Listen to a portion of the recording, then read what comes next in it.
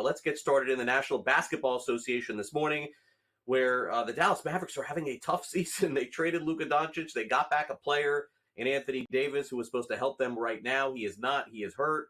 And for the remainder of the season, Kyrie Irving not going to suit up for the Mavericks as well, putting his future in doubt as well. He's got a torn ACL. It is being reported by ESPN this morning. He's the only player in the NBA averaging 20 points, 40% from three, 90% from the free throw line. He's having a fantastic season, or I should say was having a fantastic season. Kyrie Irving, torn ACL. That's going to cost him not only this year, but maybe even some of next year as well. All right, some news in the world of sports betting. An ex-FanDuel president is taking over at a company called GeoComply. GeoComply has named Kip Levin. He is the new CEO. And by the way, GeoComply provides anti-fraud and geolocation compliance technologies that assist fraud detection and user identity verification. Let me say this to you in more layman terms.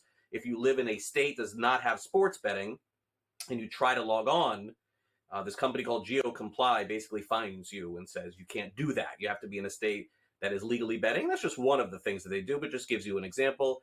He's had a lot of leadership, different positions over at FanDuel and Flutter over the past decade. Also, there's some news in college football and college sports as well. Finally, it looks like the ACC is coming to an agreement with Florida State and Clemson in a settlement over potentially or not leaving the conference. FSU and Clemson are going to vote today on an agreement that would result in the settlement of ongoing lawsuits with the school and the ACC and a new revenue distribution strategy that would solidify the conference's membership for the near future, meaning that they'll get paid to not leave the Atlantic Coast Conference in a new revenue distribution model.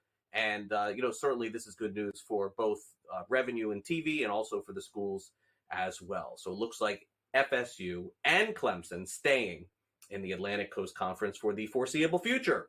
For the foreseeable future, all we do on this show is talk about Shai Gilgeous-Alexander. He's going to be the MVP of the NBA at the end of the season, and he went off again last night. I feel like we do this every day. 51 points for him yesterday. The Thunder beat the Rockets 137-128. It is their 50th win of the season, and now SGA is up to minus 600. FanDuel Sportsbook to win the league's MVP. Fantastic game, going 5 for 9 on three-pointers. He also hit all 10 of his free throws. I know a lot of people say he takes too many free throws. How is that even possible that could be a criticism of a player? Anyway, SGA talked about scoring 50 yet again last night. It becomes, it's not, you can say it's not as exciting as the first one, but it's more like getting lost in the process of just competing and like playing the game you love. And then wherever that takes you, it takes you. It's going to be different for everybody.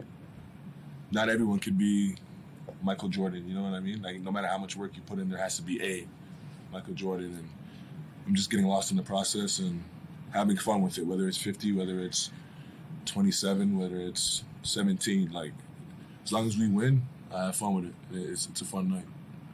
One of the other very impressive teams over the past month has been the Detroit Pistons. They actually lost the game recently, if you can believe that. They were on an incredible winning streak, and now they're starting another one.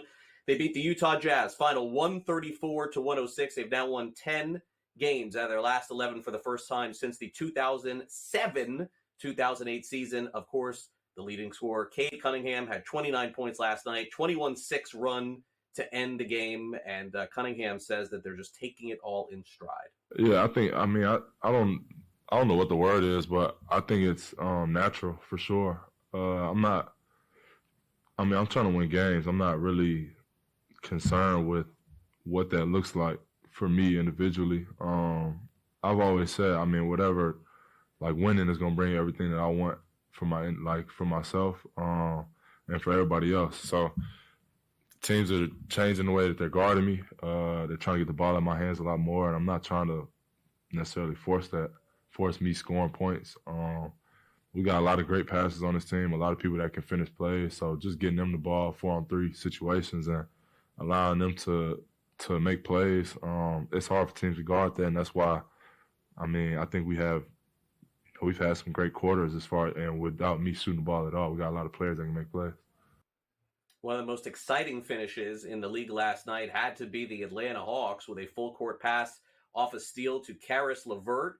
That gave the Hawks a last-second win, 132-130 over the Memphis Grizzlies. Meanwhile, Draymond Green had 16 points and 13 rebounds as the Warriors beat the Hornets by a final score of 119-101. Steph Curry, 21 points. Jimmy Butler, 13 points, 4 assists. Here's Draymond after the game on the team's first half. You know, in the first half, I thought we was playing a pretty good basketball, and it just didn't quite bounce our way. Second half, I think, you know, they came out, got it going, and we weathered the storm, you know, and took control of the game when we needed to take control of the game. You know, Steve did some things that was kind of to light a fire. It took me out 8 minutes to go. I think took me and BP out, or me. I want to say me and BP with 8 minutes to go in the third quarter, you know, and mixing some things up to fire this team up, to get the team going. And I think guys responded really well.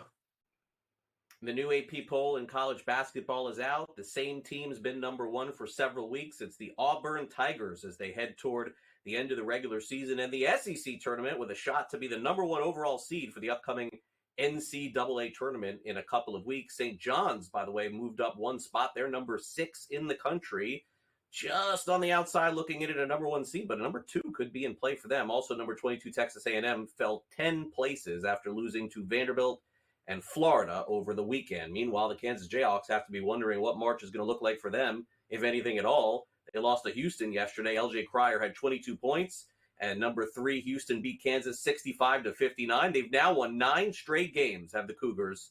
They've been playing great basketball. So was Cooper Flagg. How about this kid? Last night, 93-60 in the final. He had 28 points, 8 rebounds, 7 assists, and the crowd was yelling and screaming in North Carolina, run it back over and over. Man, they are hoping Cooper Flagg comes back. I don't know how that could be a possibility. Probably could be the number 1 or number 2 overall pick in the draft.